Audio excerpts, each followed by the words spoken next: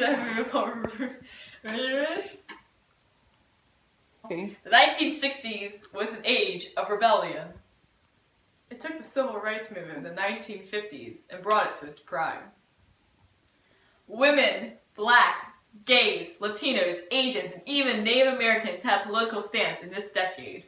There was even an environmental movement that led to the Clean Air and Water Act, as well as the Endangered Species Act.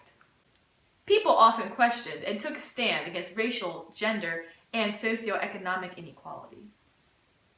Dealing with racism, there were things like freedom rides for desegregation of ICC buses, the Congress of Racial Equality, and the March on Washington, where Martin Luther King Jr. gave his famous "I Have a Dream" speech.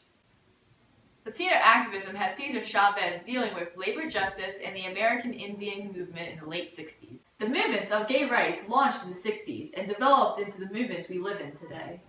Alongside racism, the feminist movement drove full force into the equal empowerment between genders. The Equal Pay Act of 1963, established by JFK, helped pave the way, and in 1966, the National Organization of Women was born.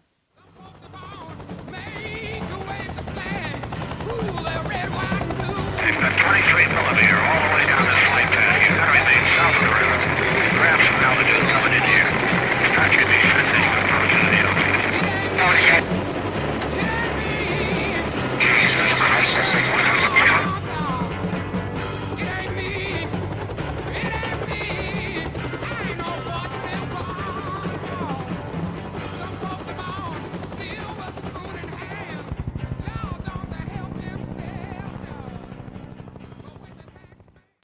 America was in the midst of the Vietnam War, and media coverage through music and television escalated the rage in anti-war citizens. The nursing profession was deeply affected by the war. In 1965, the first Army nurses were sent over to Vietnam and estimated that they cared for 304,000 wounded and ill Americans. They typically worked 12-hour shifts, 6 days of the week, but thankfully they had the use of helicopters to transport their patients when needed. Technology was, of course, not what we're used to today. Messages and information were relayed via radio, telephone, postal carriers, or actual messenger. Healthcare in the 60s was already a massive enterprise. Vast and divided, it reflected the nation as a whole and required some much-needed changes.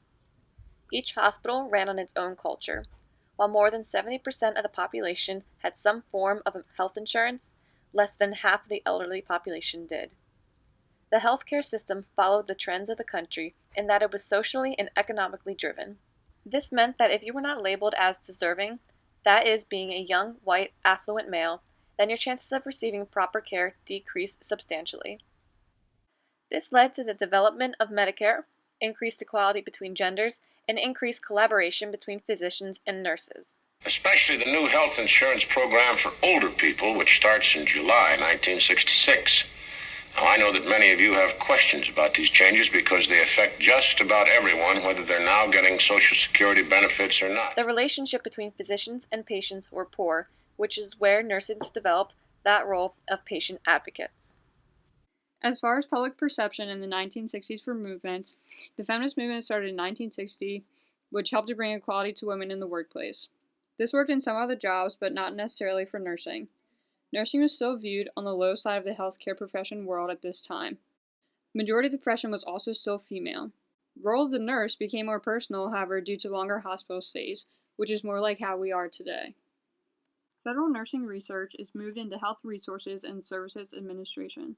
This is important because support and funding was then provided for pre- and post-doctoral programs, nursing research, and nursing training. In 1962, the first coronary critical care units opened at hospitals in Kansas City and Philadelphia. This then expanded the ICUs and provided quick actions for patients at risk for cardiac arrest.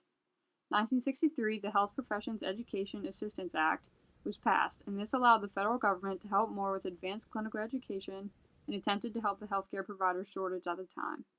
In 1967, the Nursing Educational Grants Program is launched with $8.4 million in scholarships to students. In 1969, the American Nurses Association puts emphasis on clinical practice instead of just clinical education, which we can see firsthand how beneficial that is today. The Nurse Training Act aimed to alleviate the shortage of professional nurses. It happened in 1964 under Lyndon B. Johnson's presidency.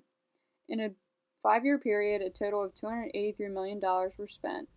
This money helped with nursing school construction, improvement on nursing education, and continued to fund professional nursing training programs, as well as student loan programs. True women's empowerment blossomed in the 1960s, with only a trickling effect when it came to nursing. Over the years, the autonomy and respect of the profession has grown immensely. Nevertheless, the devotion and dedication to patient care is unwavered.